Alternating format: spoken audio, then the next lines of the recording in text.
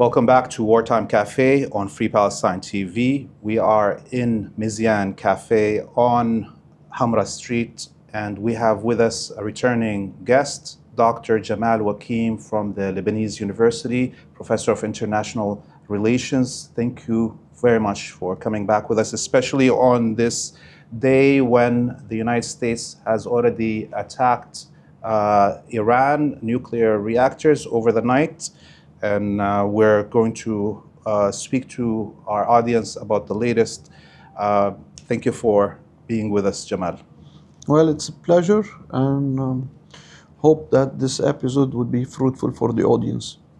So, when we met the two times during the war on Lebanon, we were speaking about the possibilities of this war. Given the fact that the Zionists have declared it as an existential war, that this war will not stop until one of the two parties is completely defeated. Either there is no more Zionist colony, or there's no more Palestinians and or resistance to the Zionist colony.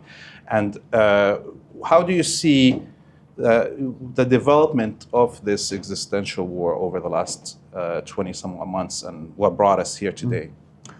Well, we should notice the fact that this war has been driven by a high rate of irrationality, in the sense that it's driven by dogmatic thinking, and this is something that you cannot measure in terms of geopolitics, in terms of pure win and lose, let's say, calculations. Because Benjamin Netanyahu and his right-wing government has been driven by dogmatic, let's say, an ideological, religious motives that bypass the logic of geopolitics that is based on pure material considerations, let's say. So, and this guy and his, let's say, party and allies, and also their supporters in the United States, including the evangelists, the neocons, and the AIPAC, they are driven by dogmatic calculations, let's say, and aspirations that bypass the reality. So it's hard to predict the course that they would take or that they would follow. I think for most people that are used to analyzing things in rational ways, international relations, and or think of economic drivers of war and so on, in this situation, they were unable to predict where we're going. While many of the analysts that are actually indigenous to the region, that have lived the irrationality of Zionism for the last 100 years, have recognized that this is different, and we're not surprised. In a way, I personally was not surprised that we've reached this point of the Yes, definitely, but the problem is that where would this lunacy reach? Because if we track the development of the Zionist movement, it started by trying to claim a safe haven or homeland for the Jews. This is what they claimed themselves. However, they were, over the past century, they have stuck the Jewish people and the Arab people in a bloodbath that have been escalating, okay? And, well, almost 100 years ago, the Zionist movement declared that it wanted a safe haven in Palestine. Once it established this, let's say, homeland or state on part of Palestine. They wanted, under the pretext of security, they wanted to take over the West Bank and Gaza. Once they have done that, they wanted to, or they claimed that they wanted security by pacifying or neutralizing Lebanon, Syria, and the surrounding, Egypt and Jordan, the surrounding countries. Once they have achieved that, they claimed that their security could only be secured by reshaping the geopolitical map of the Near East, including Lebanon, Syria, Jordan, and Iraq. And now, once they were able to achieve their objective, they are claiming that their security extends far beyond the Near East into the heartland of Eurasia, which is Iran. And what would be next if they succeed in, let's say, quote-unquote, pacifying Iran? Would their next claim be that their security extends way to the borders of Beijing and deep in China? Yeah, so this is a lunatic, okay? This is a lunatic tendency, because we see that they are, let's say, indulging in more and more conflicts, whereas security have never been secured. Okay? In this logic, how could you claim that you have reached a point where you could claim that you're secure? Okay? So in reality right now, the Zionists occupy from Iraq to the borders of Algeria, because Libya is also under. Yeah. And we've heard them, they're already attacking Iran, but we're already hearing them threaten Algeria and Pakistan. Yeah. So it seems Imagine. like, yes, and it seems like right now the Zionists are so high on their supremacy that they believe their empire is going to be bigger than the American empire. And in fact, that they own the capitals of the West. It's been shocking to me to see all those white supremacists in Europe and North America get cocked by the Zionists. Literally right now, the whole Western societies that have claimed for centuries that they are more supreme than other nations, suddenly telling their own people, like the Chancellor of Germany, just yesterday, saying that we are willing to die for the safety of Israel. They're telling their own German citizens that they are less than. This is such a debasement, and us as Arabs and Muslims, Iranians in the region, it's unbelievable that we're under all this death for the last 100 years, and we're still refusing this, what the West wants us to accept. And I can't believe that the Western civilization and all its citizens are such wimps that they accept to be openly the prostitutes of the Zionists around the world. Well, you said it yourself. Well, because I believe there is a practical, or let's say, a practical way to understand this process. Because the Zionists own the money. And almost a century ago, the financial capitalism dominated by Jewish families who promoted a sort of Jewish nationalism under Zionism, okay, such as the Rothschild, the Goldman, the Schiff, the Montefiore, and others. They have gained primacy. And in the sense, they dominate the global economy, especially that of the West. And their hostility towards countries such as China and Russia stems from the fact that they don't have leverage on the economy of China or Russia.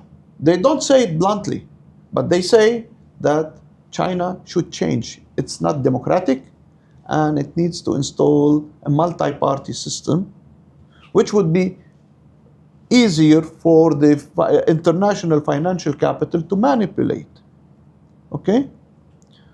Based on the divide and rule, let's say, principle, okay? Same, maybe we have a certain influence for financial capital in Russia, or we used to have this, until President Vladimir Putin cracked down on the oligarchs and he chopped off the heads of, well, figuratively, I mean, of some, let's say, oligarchs, and tamed the others, installing the primacy of the state over financial capitalism. And in this sense, this explains the hostility of the Western financial capitalism under the influence of the Zionists towards China and Russia. Iran plays an important role in this sense, because let's say Zionist capitalism couldn't infiltrate Iran, especially after the Islamic Revolution, and that's why. And Iran serves as, let's say, a cornerstone for Russia and China to secure stability in a very unstable region, which is the Central Asia. Those three pillars of Asian security, Russia, Iran, and China, and China. Yeah. And now we see the first pillar being attacked. So last night, around 3 a.m. here, this Lebanon time, we don't know what weapons were used, but up until now, it's clear they didn't use bunker busters. It seems like it's only tomahawks that were fired on three different reactors, nuclear sites in Iran. The International Atomic Agency is saying there's no nuclear leakage or fallout. All the sites in the Gulf are also, and Iranian officials are saying there's no leaks. What is the significance of this attack if it didn't actually destroy the Iranian nuclear program? And should we be expecting that the Americans are going to go for round two? Well, I was mentioning this irrational factor that is hard to, let's say, measure. And we're talking about a president, actually about a whole elite in the United States that has been irrational over the past 3 decades, especially starting with George Bush Jr., Obama to a lesser extent. He was highly rational, by the way, but he was an exception. Then we had a lunatic serving his first term, was Donald Trump. Then, let's say, an absent-minded Joe Biden, and then Trump again. So if you see his behavior and the behavior of those surrounding him. It's amazing how much we have, or the rate or level of irrationality in his expressions and behavior towards allies and foes alike. Okay? So, what happened early morning, it was part of a showbiz, because he claimed that this strike is for one time, and then he would see the behavior of Iran. Okay? So, okay, you can choose to launch the first punch, but you should expect the other side to retaliate. Maybe not immediately, but much later on. And we have seen this happening to Iran before.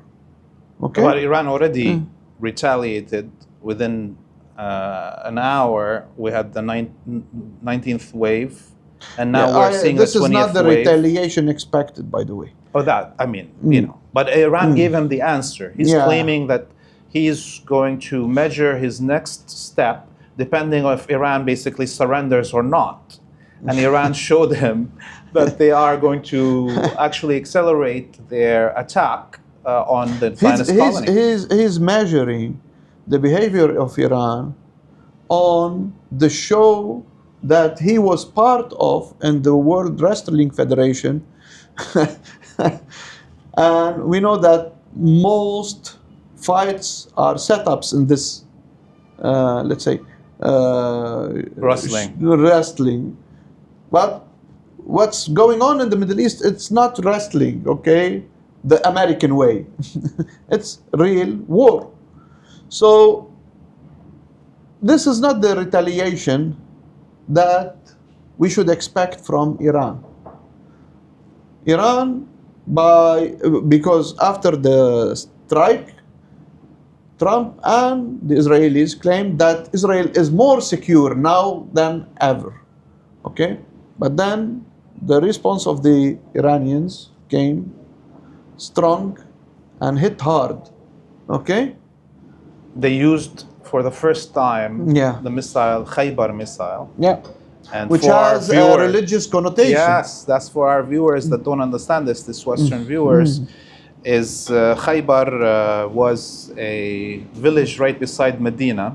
In the Hijaz that was had signed an alliance with the Muslims of Medina, mutual protection with Prophet Muhammad. And then when the Quraysh tribe attacked Medina, Khaybar elite, the Jewish elite of Khaybar, betrayed Prophet Muhammad, and in the end that led to their demise.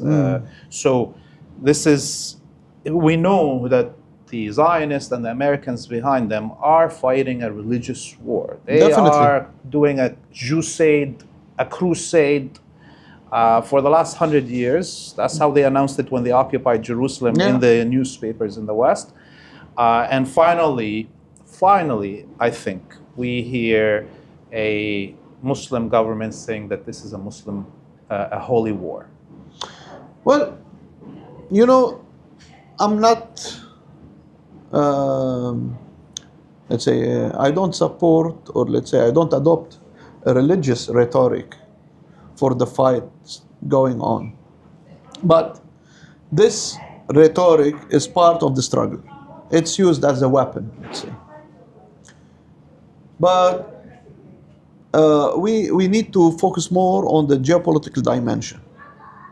I believe that what we have witnessed in the past few days was the culmination point of a whole process that have been going on over the past decade on a global scale and on the level of the Middle East. And we can compare what happened over the past week with what happened in 1956 when the British, French, and Israelis launched their tripartite aggression against Egypt after Nasser nationalized the Suez Canal. At the time, the canal or the security of navigation in the canal was the pretext for launching the aggression. However, the real intention was to topple the newly born Egyptian state that was trying to oppose foreign intervention and Western influence over the Middle East, as Nasser was claiming independence from both camps, the Western camp and the socialist camp. And was projecting a unification of the Arabic world. Definitely, but this unification wasn't meant to be in a centralized state. His claim, we need to understand Nasser better. His Arab nationalism was totally different from that of the Baathists, in the sense that Arab nationalism for Nasser was a platform for liberating the Arab people, the African people, and third world countries from the yoke of Western colonialism. So at the time, with the end of the Second World War, it was evident that the old colonial powers were losing ground, mainly Britain and France. But they were occupied by the Americans, but they still were dreaming about reviving. Definitely, and there were talks about the emergence of a new world order with the rise of new powers, which were the United States and the Soviet Union. But so the period between 1945 and 1956 was a transitory period, a period of mutation in the global order. And things were full of, let's say,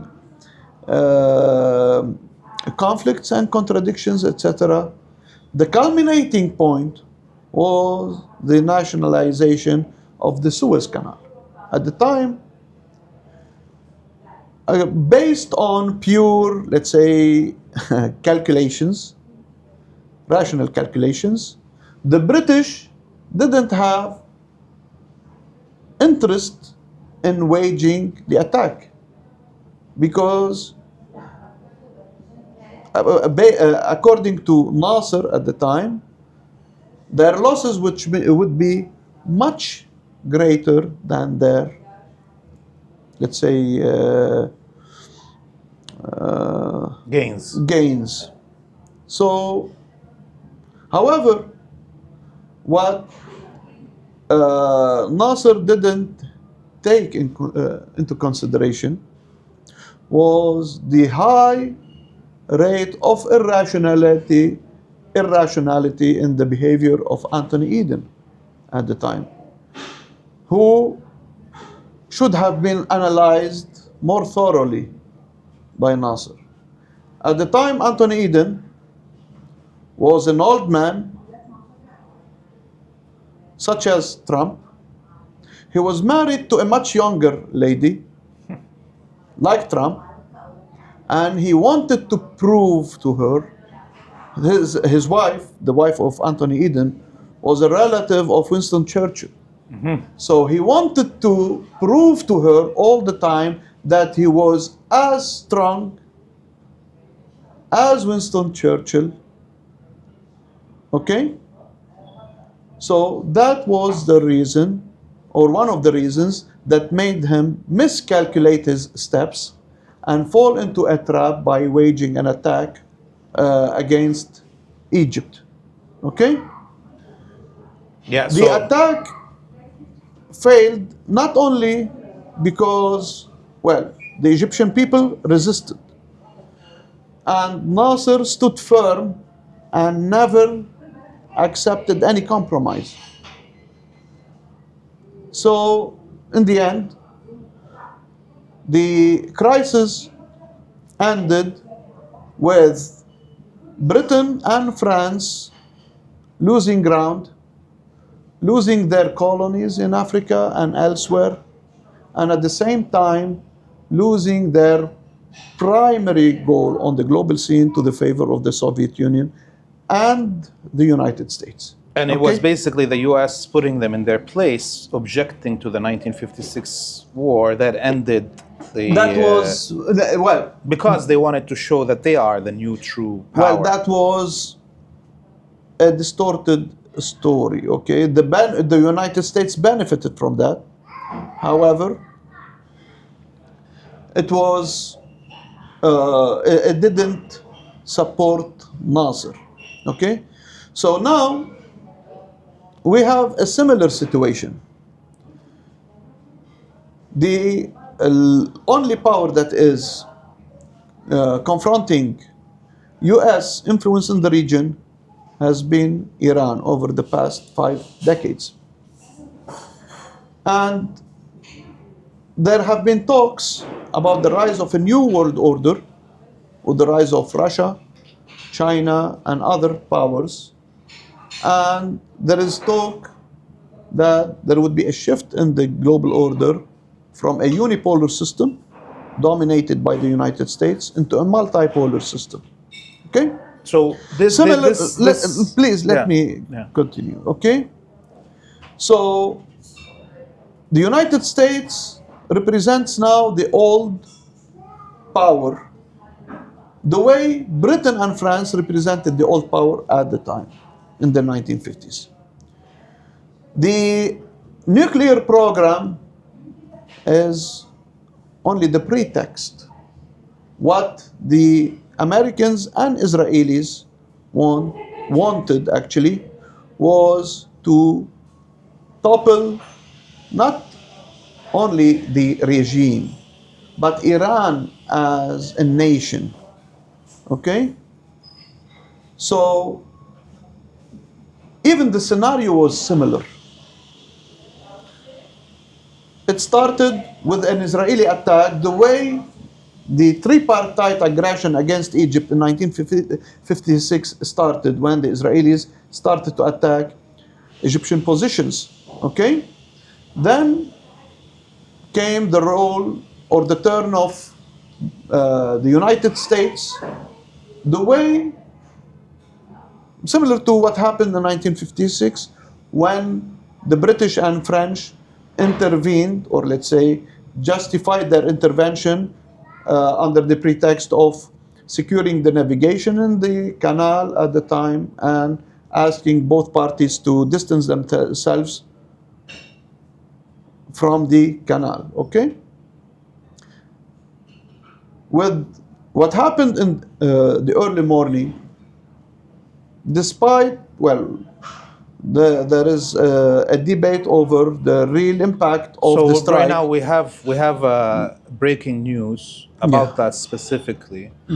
So high-resolution satellite imageries show that the Iranians have pulled out all the nuclear material. They also blocked the entrances with earth, so there is no damage really to the equipment under, even on the attacks of those entrances. So there's only limited surface level. There's no radiation or infrared detected explosions from any satellites around the world. And the Iranian officials are describing them as just symbolic. And finally, they are obviously going to be retaliating. Definitely. So this proves that the aggression against Iran has failed, because it failed, it was short of achieving its objectives, which were to destroy Iran altogether by toppling the regime,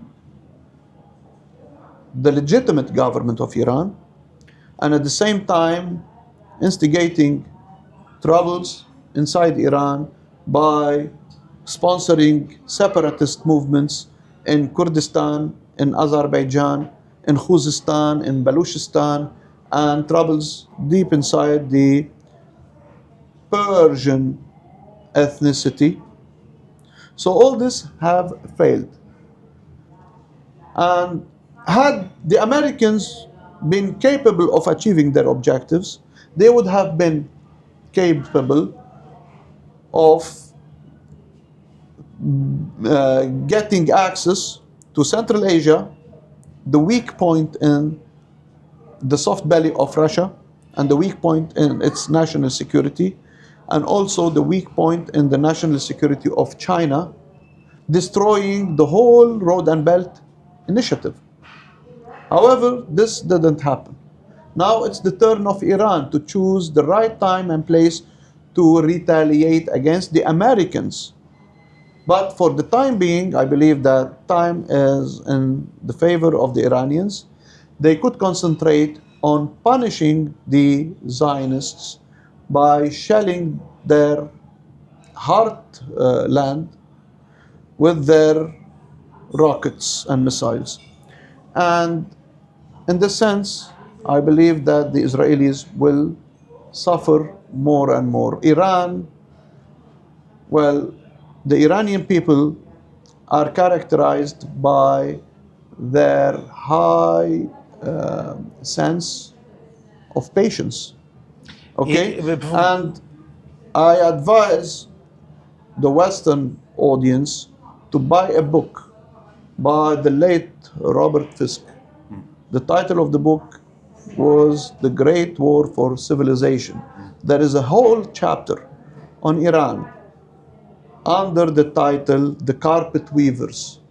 And this reflects on how on the patience of the Iranians, who have been in a war against Iraq that was supported at the time by the whole West, by the Soviet Union, and Iran didn't have a single rocket at the time.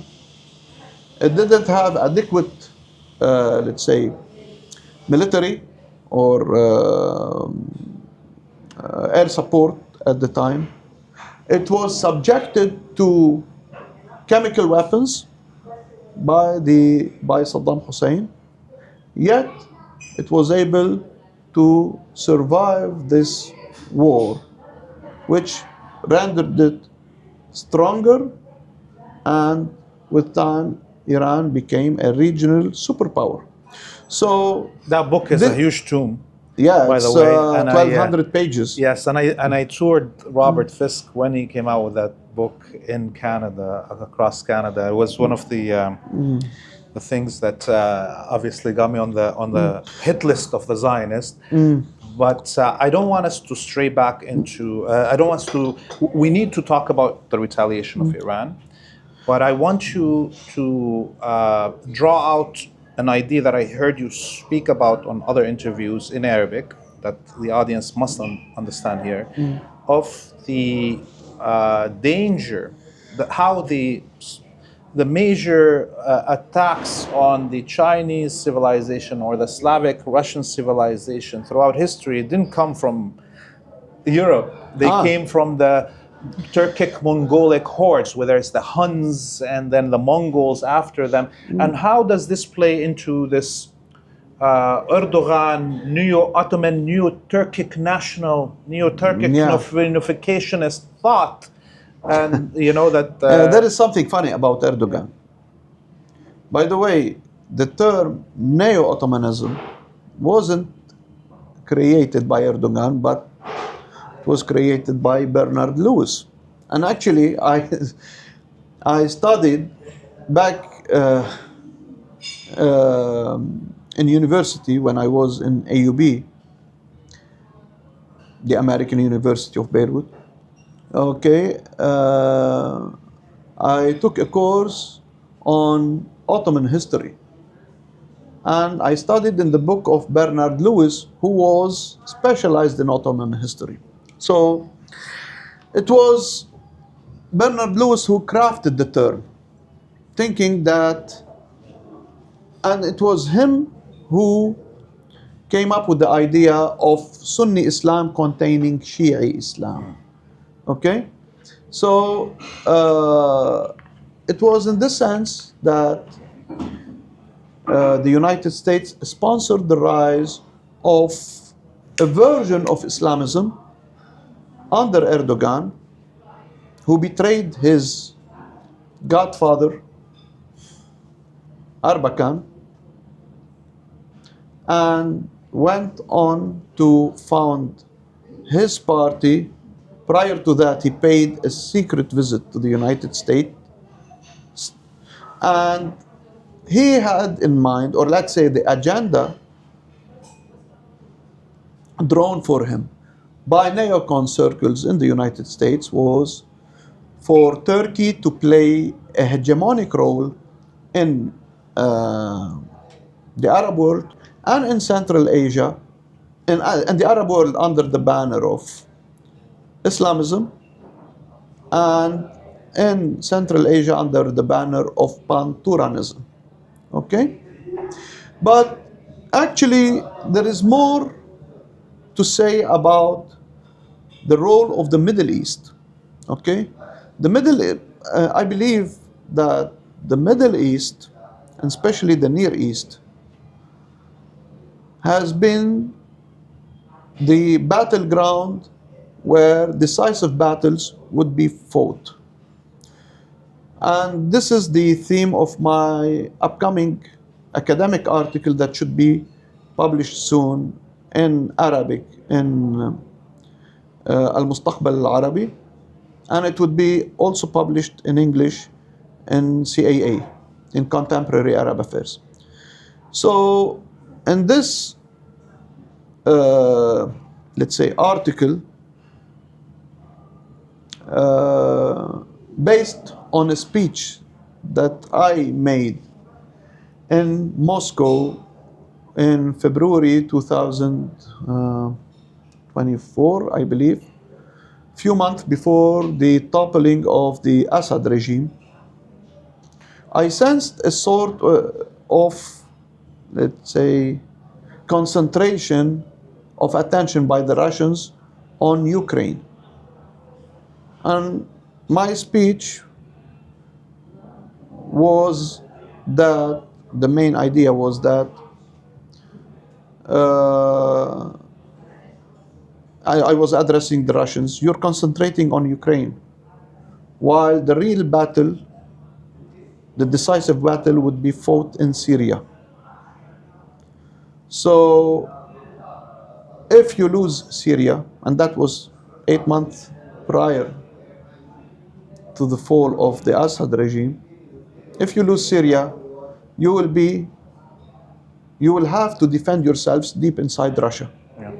And prior to the strike on the Iranians, we saw how the Ukrainians were able to hit deep inside Russia. With the help of the Mossad, most probably. With the help of the Mossad, of Western intelligence, of course.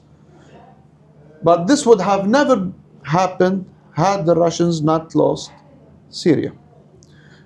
So usually, most decisive battles throughout history were fought,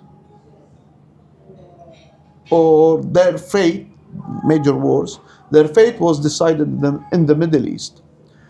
During World War I, the Germans had the upper hand on the Eastern Front against Russia. Things came to a stalemate on the Western Front. However, the British and French were able to make the difference in the Middle East with the fall of Damascus in September, October, something like that, 1918. Yeah. And with the French being able to make a breakthrough from Thessaloniki in Greece and reach Sofia, the capital of Bulgaria, exposing the whole southern front of the Germans. This forced the Ottomans and the Austro-Hungarians to seek for truce, and then it was a matter of time for for the Germans to capitulate. Yeah. Okay, same happened during World War II. Hitler's Eurocentric considerations made him focus on the Eastern Front. However, had he been wise enough to support Erwin Rommel with more ammunitions and weaponry, Rommel would have triumphed over the British in Egypt, took over Syria, and joined his forces with the ones hitting deep inside Russia through the Caucasus. Okay? So the failure of Erwin Rommel made it a matter of time for Hitler to lose the whole battle because he was exhausted in a lengthy war against the Russians deep inside Europe. If we go back to the Soviet Union, the rise of the Soviet Union as a global power happened when Nasser of Egypt opposed the Pact of Baghdad and led to its crumbling. This opened the gate. The Pact of Baghdad is basically the Abrahamic agreement of it's the same. time. Yeah. It's the same. So Nasser's victory in 1956 opened, and his mending fences with the Russians or the Soviets at the time opened the gate not only of the Arab world but also of Africa And for Latin the America. Soviets. Well, that's on another level, but mainly for the Soviets. The moment the Soviets couldn't understand the importance of Nasser, especially after 1965, with the rise of Brezhnev to power, because the elite at the time were driven by Eurocentric vision, concentrating on Eastern Europe, this made them lose Egypt and hence lose the Cold War. It was a matter of time. Okay? Now, with the rise of Russia as a global power and its capacity to challenge the United States and the West was only possible after the intervention of the Russians in Syria after 2015. Now they have lost ground, and then they had to defend themselves deep inside Siberia. Yeah. Well, also, had the Iranians not lost Syria, the strike against Iran now would have never been possible. Okay? This is, for me as a Syrian, I understood this, and it's not only. I think it was the biggest mistake of both Iran and Russia not to have flooded the market of Syria with oil and gas during the blockade, not kept... No, actually... and there's a very close drone, we hear him. We hear it. Hope they are not targeting you. Yeah. I have nothing to do with him. I'm only a guest. But let's see right now. They made this mistake. The war is inside Russia. The war is inside Iran. Do you think the Russian government right now, before we talk about the destruction that is happening as we speak in the Zionist colony, do you think the Russian government has learned this lesson? Will we see Russia intervening somehow, aiding Iran in its military? Can we expect China to wake up before they do to it through Taiwan what they're doing to everybody else? Well, first, I believe that we should, let's say, clarify one thing.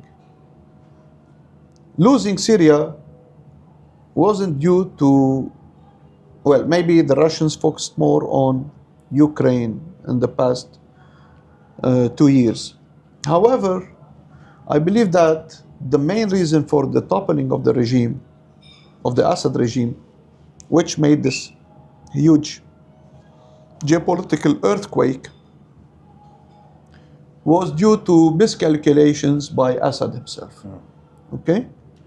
Who, over the past 5 years, based on pressures by the capitalist class surrounding him, whose interests lie with the UAE and with the Saudis, he was pressured, or let's say led, into adopting a policy of distancing himself from Iran and mending fences with the Saudis and the UAE, thinking that this relationship could let me just say, Jamal, Jamal, I totally disagree with this. You know why? Because there is no Syria, there was no Syrian government. Iran and Russia could have acted like the Americans act in Iraq and everywhere else and just do their thing. That's that for me. Okay, let me continue, please. Let me continue my point of view. Okay, Assad, and we have,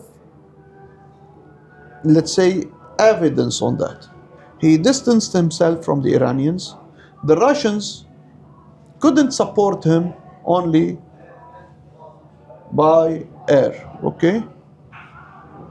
And he thought that relying on the Saudis and UAE could alleviate the economic pressure of his, let's say, government or regime, and at the same time could give him support against the pressures by the Turks. In the end, the Turks, the Israelis, and the Americans, and of course, with the wisdom of British intelligence, they coordinated this operation of toppling the regime. And the involvement of Ukrainian intelligence, as they said. So the Iranians had already been marginalized, by the way. And the Russians, throughout their war, were providing only air support. And you can never decide the course of a battle only through air support. So, and by the way, most capitalists who were around Assad, they are now part of al-Julani team. Okay? So what do we expect from Russia right now? What do we expect? The Russians are aware of the importance of Iran. And they have been expressing this in various terms. When, for example, a journalist was asking Vladimir Putin about, his stance towards the Israelis and the Americans declaring that they want to assassinate Imam Khamenei, he said that I wouldn't even answer such a question. So it's out of question for him. The Russians expressed clearly their opposition to any regime change in Iran, and they said that there is cooperation and coordination in terms of intelligence with the Iranians. What is more, let's say, what is more expressing or expressive is the Chinese silence. I believe that the Chinese would never let go of Iran, because historically speaking, Iran has been a natural geopolitical ally of China as a bridge between China and the East Mediterranean. And the Chinese, maybe they didn't express bluntly their readiness to support Iran in terms of a lengthy war, but it was the Pakistanis who said so, and the Pakistanis are close allies of China. And the Pakistanis don't have the luxury of letting go of Iran, because in this sense, they would have their back to the Israelis in the Middle East while they're confronting the Indians And the United States would have control of the two most important capitals in Indo-Iranian civilization, Delhi and New Delhi and Tehran. So that's why toppling the regime in Iran is not an easy, let's say, or not. It's not a simple task. Last question. Okay, so we should basically be expecting that the silence of China means they are. We've seen also supposedly Chinese transport aircraft landing in eastern Iran over the last 2 days. So we don't know what they're bringing in. But let's look at the response right now that Iran, beginnings of the response.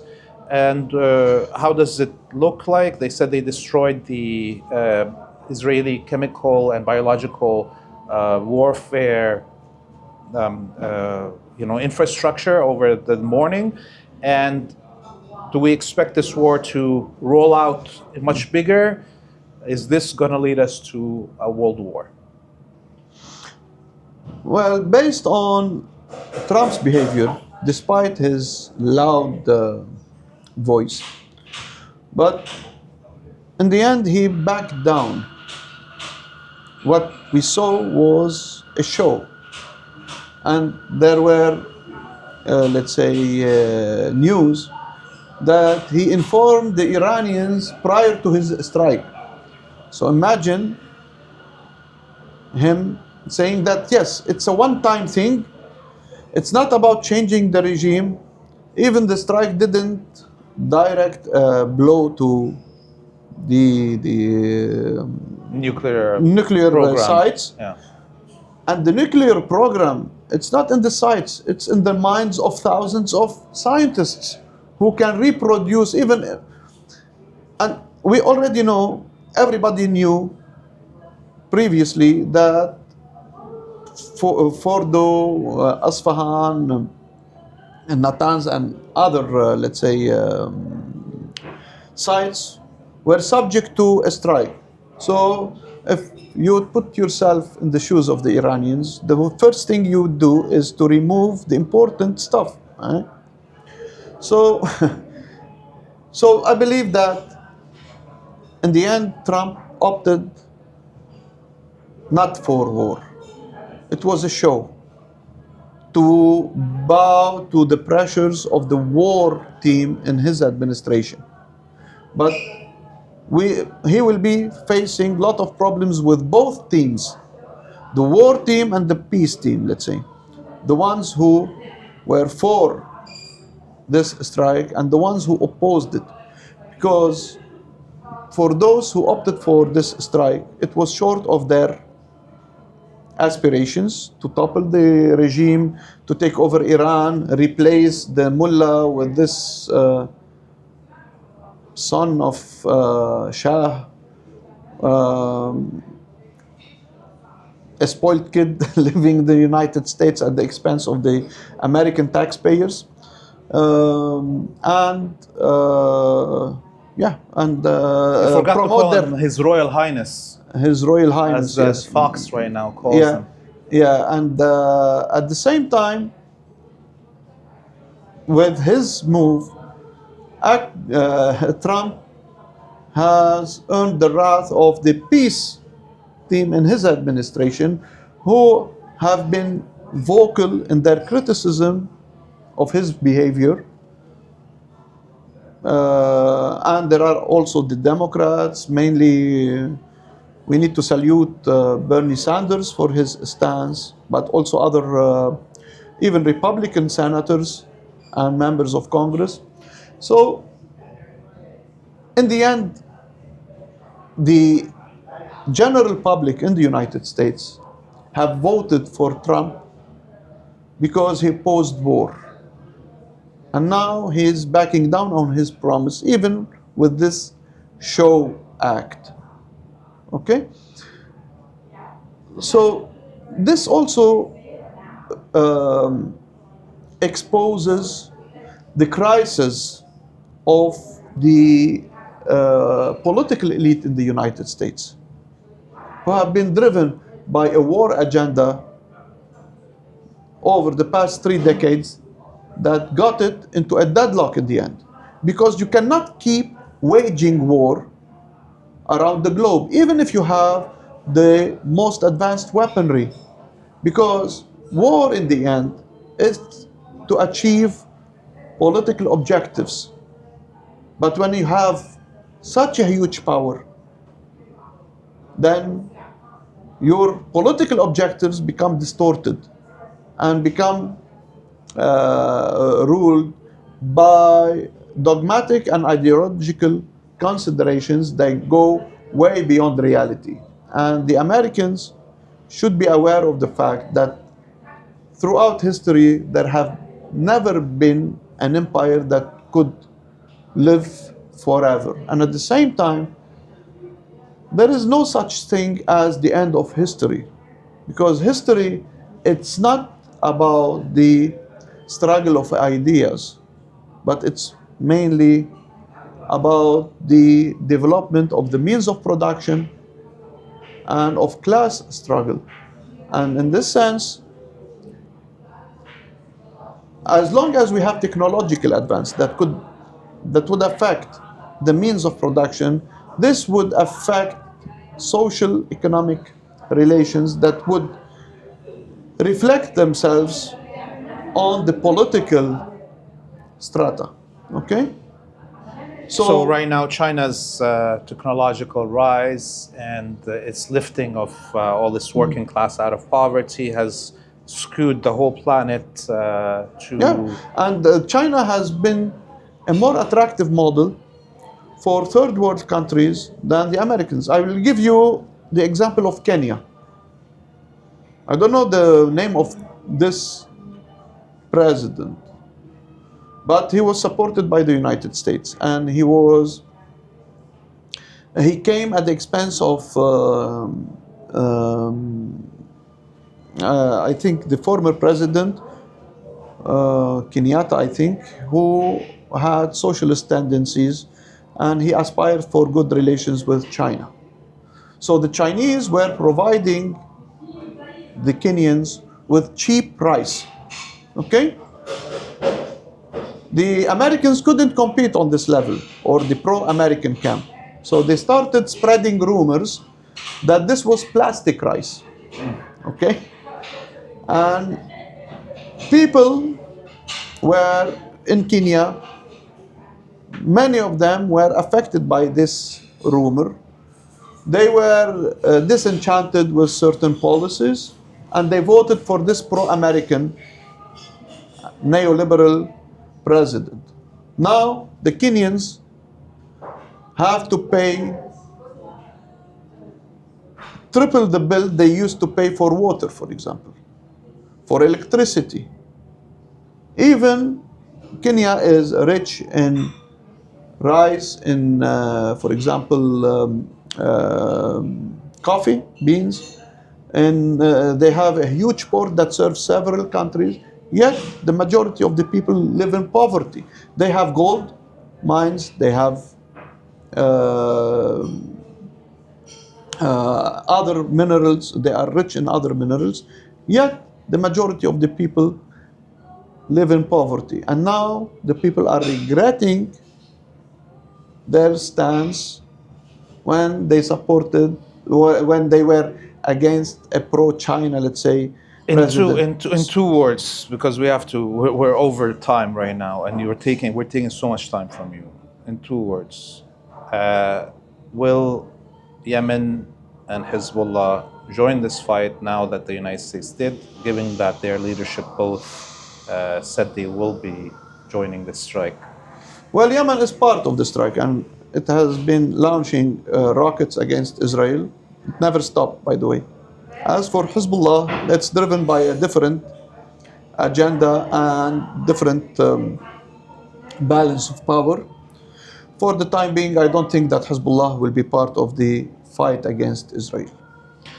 Well, thank you very much, Dr. Jamal Wakim. Well, unless the Israelis launch an attack on Lebanon. Well, and we have this drone very low flying on top of us, so we don't know. And they struck last night in South Lebanon. They've been striking every day in South Lebanon forever, even before this beginning of this war.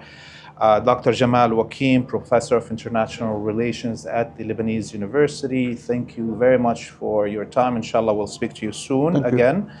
You're still watching Wartime Cafe on Free Palestine TV. I urge you to press the subscribe button on whatever social media you're watching this on, and to go to our website, freepalestine.video, to donate so we can continue bringing you this unique programming. Until we see you next time, I bid you all a free Palestine.